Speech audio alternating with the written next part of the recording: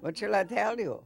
Take it away. Tell us about how you named Anita Anita.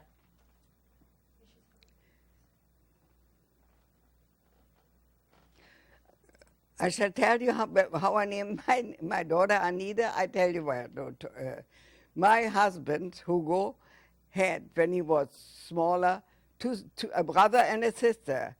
And very, very sorry to say, but they both died when they were very young. But I asked him what were their name, and he told me that the girl's name was Anita, and the boy, I forgot. I don't know anymore. But so I thought Anita's a very pretty name, and at that time I was pregnant. And when my little girl was born on November 14, 1933, I named her Anita. So that was actually a very nice thing to do. And anything else you want to know about the boy? I don't know anything. I lost. Did he have any other family that you knew of? Huh? Did he have any other family that you remember? Hugo. Hugo had no. Hugo had only his father living with him. He lived with us later on when I was married to him. What was his And name? Anita was his idol. He loved Anita. Anita was always there sitting with Opa. Opa means grandpa.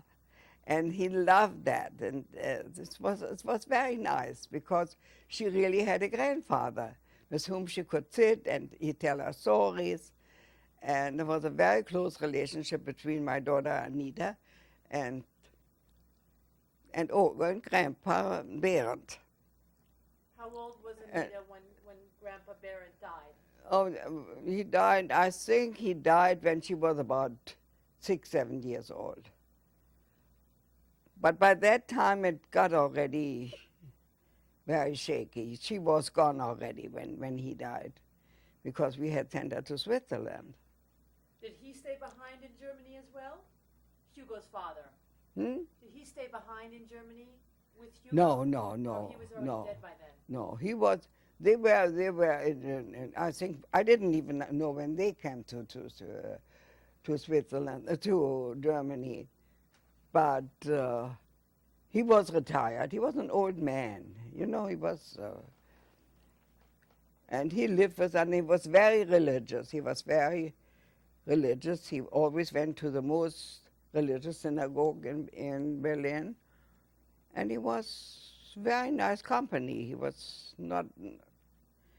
He really fitted into our family. But did he die before Hitler came into? Yeah, he died. Then when it came to a point that we had to leave the house, he went to a home, and there very short time afterwards he died. But he must have been in his high 80s at the time. So that was okay. Yeah. And is it true that, what was his name? What was his name? Hyman. Hyman. And he was already in his 80s when I married Hugo. Also he must have been pretty old. I don't know how old, maybe 88, 89, something like that. It says here that And that was actually the only direct family from Hugo. His mother had died long before, and he had his siblings had died long before him, and there was nobody else.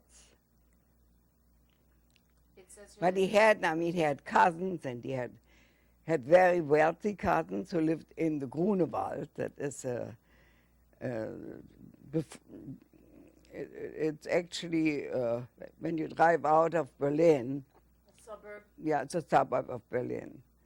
And they had a beautiful home. And the only thing I know, I mean, we were invited there a couple of times, but the only thing invited to have that they had taken away everything too, like all the other Jews, and Himmler moved in. Himmler moved into there, Wow. which was really very lavish. It was a beautiful home they had. Himmler took over their residence? Huh? Yeah. Oh my God, that's pretty. They had really a very lavish home. I remember that. But I know they all went to, I don't know how the old people, but the kids of them, they all moved to America. They all came to America, they all went. you lost touch with them. And You we lost touch with them. Um, That was very hard. I Georg. mean, we were never close. You know, Hugo just wanted to show me a little bit about it, but we were never close to them. Was he close? No, he was never close to them. I didn't have anything to say there. Yeah. So, Georg was his brother. Georg was Hugo's brother who died? but they were on a different level. You see, Georg was the name of his brother. what was their Died. name? Georg, No, his name was Abramczyk. What do you mean? the brother who died. Hugo's brother who died. George, I think. Oh, George. Now it comes to me. I George think is it probably was Georg George. in- Georg, Yeah. Georg in German. How do you say George in German? Georg. Georg. That's how Just I not the E in the end. Okay, Georg. Without the E in the end. Yeah, Georg. I think so. And did Hugo speak a lot of languages? Did Hugo speak many languages? Yeah, Hugo was very versatile in English, French. English and French. Hugo read a lot of English and French literature. He was a very good lawyer, but he was a man who was 4 years in the First World War, and he had some kind of a shell shock. He could not sleep at night. So what he did at night was studying English, French, and reading books that were interesting for him. So he hardly slept. He hardly slept. And he always slept at noontime for 2 hours. That was, He's like Einstein. huh? Einstein slept very little. Yeah? Yeah, and Not a he little, yeah. always slept at noon for 2 hours, not without me. I had to sleep with him. I had to lie there too. And I slept. And do you remember the Romanisch Cafe in Berlin? Romanischen Café, yeah, when in the beginning, when Hugo and I were friendly, one day he took me to the Romanisches Café in Berlin, am Kurfürstendamm. And all his friends were there, and they said, oh, das ist die Ausbeute von der Novembergruppe. That was the group who had this big shindig where I met him. You know, they had the big ball The party, there. the costume party. Yeah, But yeah, that's where it was yeah. And so I met all his friends there. And his friends were all lawyers, doctors, engineers. This was a group of about 5 people. And this was we always went there almost every evening. When was the last time you were in Berlin? When was the last time you were in Berlin? The last time I was in Berlin, when I went to Anita to visit Anita in Switzerland. That was the last time I was in Berlin. I mean, like, have you been back since you've been living in New York and traveling? No, I've never went come back to Berlin.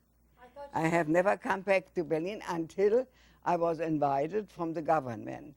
And that was much later. When That was was about 35 years ago or so. I was invited from the German government to wasn't that come long ago. after Hitler. Hitler was gone already. That had nothing to do with Hitler anymore. Right. Didn't you go there with Anita? No, Anita didn't go with me. Well, I'm mistaken. No. then. I went with Steffi. Oh. Steffi was also from Berlin. And we both got invitations. You know, this is something the Berlinese did for all the people they had chased out. But I had no intentions of going back to Berlin for good, because I had nobody there anymore. My parents were gone, my husband was gone, my family was gone, everybody was gone. But that's what they did for the Jews from Berlin. They invited him. So will you tell us a little bit about what your life was like at the Kinderheim and How my wife developed in here? No. and in Switzerland at the Kinderheim? In the Kinderheim, as I had to stay in Heiden in Switzerland, in the Kinderheim, they had to find a job for me. And I worked. I worked in all, wherever somebody was necessary, I worked. Whatever. And in the end, the manager of the Kinderheim was a friend of mine. She married, and I took over as manager in the Kinderheim. But not big money or something like that. You didn't get big money for this. You had your daughter there, I had my living there, and I got small tokens. I mean, I could survive.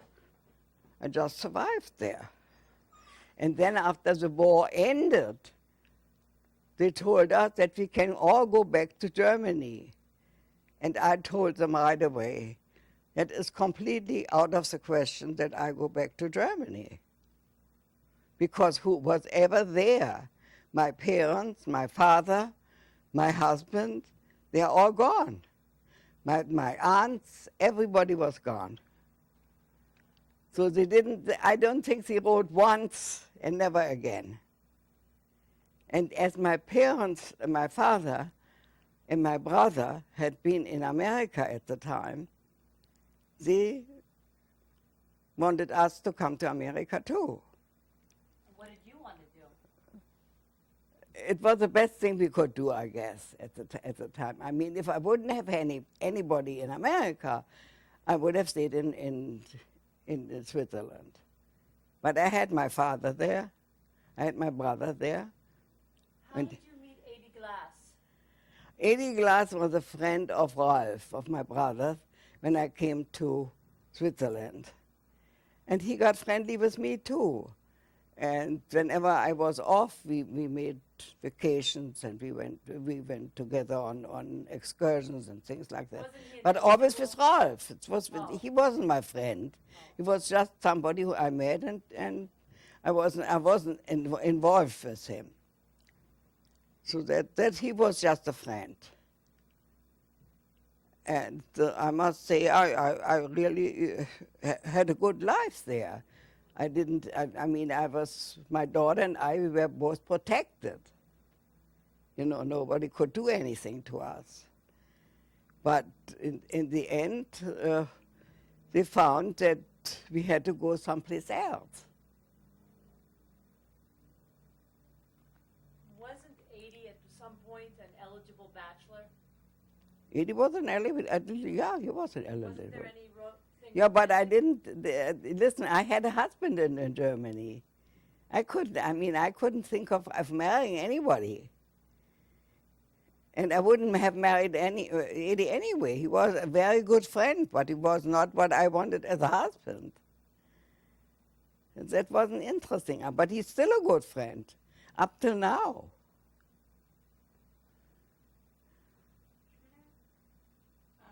What about Ruth Westheimer? Ruth Westheimer, the Heim I was working in, had children from Germany. They were sent out to Switzerland in order to be safe. And one of the kids was Ruth Westheimer.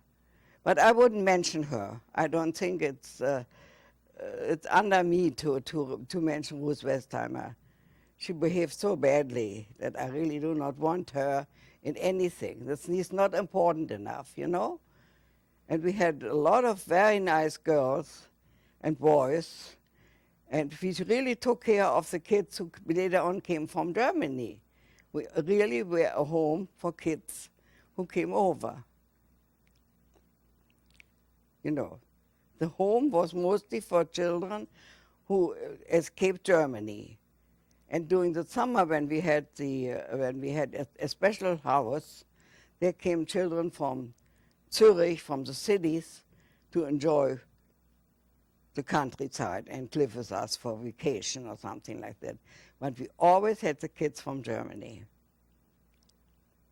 And until then, I became the leader of the group, And later on, they found that they want to have now a Swiss person there. And the whole thing was changed around and became. And I didn't want to do this all my life. It was interesting. My parents had in the meantime going to America, and we were thinking about going to America whenever possible. I have a question about the Kinderheim. It wasn't just for German refugee children. What was it? Or the Kinderheim. Yeah, it was not. It was a Swiss home. It was a Swiss home. It was done for Swiss children who came for vacation. Okay. In the beginning, it was never done for children, but it was only converted into that. Right. And it was a Jewish home, and that was Jewish children who were chased out of Germany. Okay. And so they took them in and they gave them homes and they educated them there, and it was a good thing they did. It was very good. I mean, I was never very unhappy there. I cannot say that. My daughter was very provided for, and the kids had to eat, and they had to dress, and they had everything they needed. They went to school there. What are you doing? Where did the children go to school? Did they study in the... Oh, they studied in Haydn. They went to the different schools in Haydn. I mean, the age related to the age. You know, the young ones went to this school, the middle ones went to this school, and the older ones to this school. But then they progressed, of course. Well, if you can remember, can you tell us a little about Anita? Anita can tell you much more about that. Do you remember anything about her school experience there? Huh? Anita went with three of her friends to a school pretty far away from us. And she was not at the age that she was to be going to school. But she was so adamant about it that the teacher called me and said, listen, I have your daughter here, but she shouldn't be in school yet. But she refuses to leave. So she can stay. And she was of the best pupils later on. How old was she? Oh, she was 5 years old. Did she walk barefoot to school? Yeah, there were four or five children. And they had to go up a mountain, through the village, another way down. It was a long way. It was at least to walk 40 minutes. And the long way and went down. And the Lehrer was a Herr Longatti. And he was very nice with her because she was very cute. Very cute. You could barefoot, and you know, they went barefoot. And on the way home, when they came from school in the village, they always had to go through the village down to Haydn too. And there was our, where we bought all our food and everything, a big store. They were all standing in front of the store and singing because they got some chocolate then there. It's your mother. She was one of them. And then they called me and they said, listen, Frau Behrendt, I tell you something. You have here the 3 kids or 4 kids, and they're singing here. So don't wait for them with lunch because they are not leaving yet. She was so cute. She was so adorable. I mean, she really was adorable.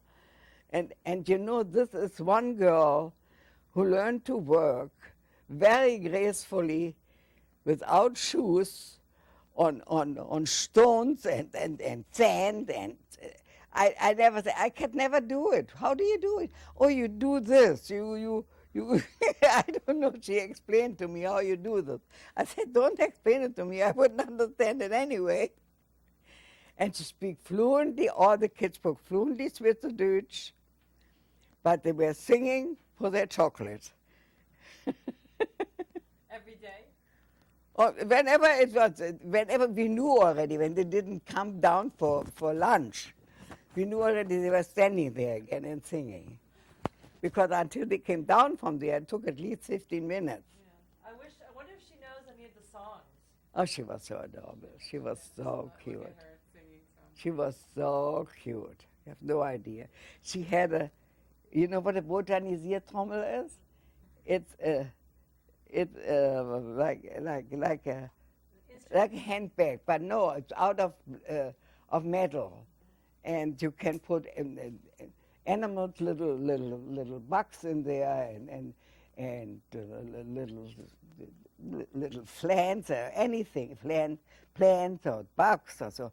She was sitting and filling up this bag completely with bags and buns, and everything was in there.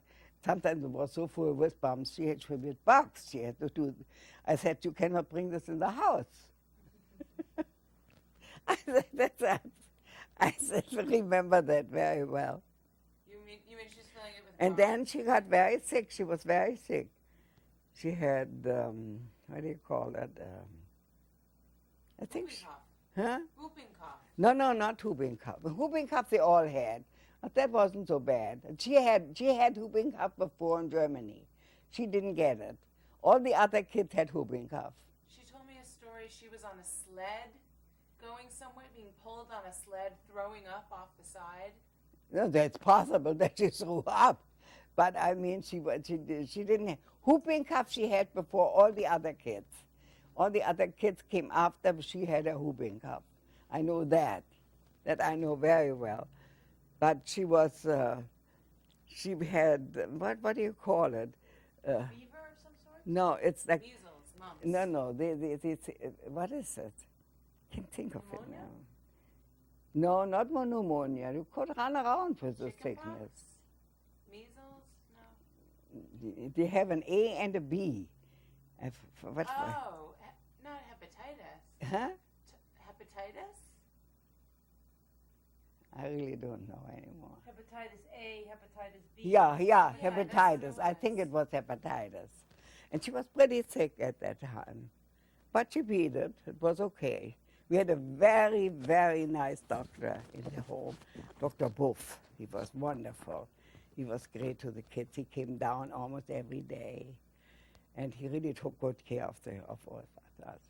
I mean, we have no complaints whatsoever that the people in Haydn were not good to us. They were very, very nice. There was no anti-Semitism or anything. It was really a good home. Absolutely.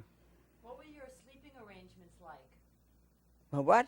Sleeping arrangements. Oh, with sleeping arrangements, the kids slept in bigger, I mean, they slept in Like a dormitory? in dormitories.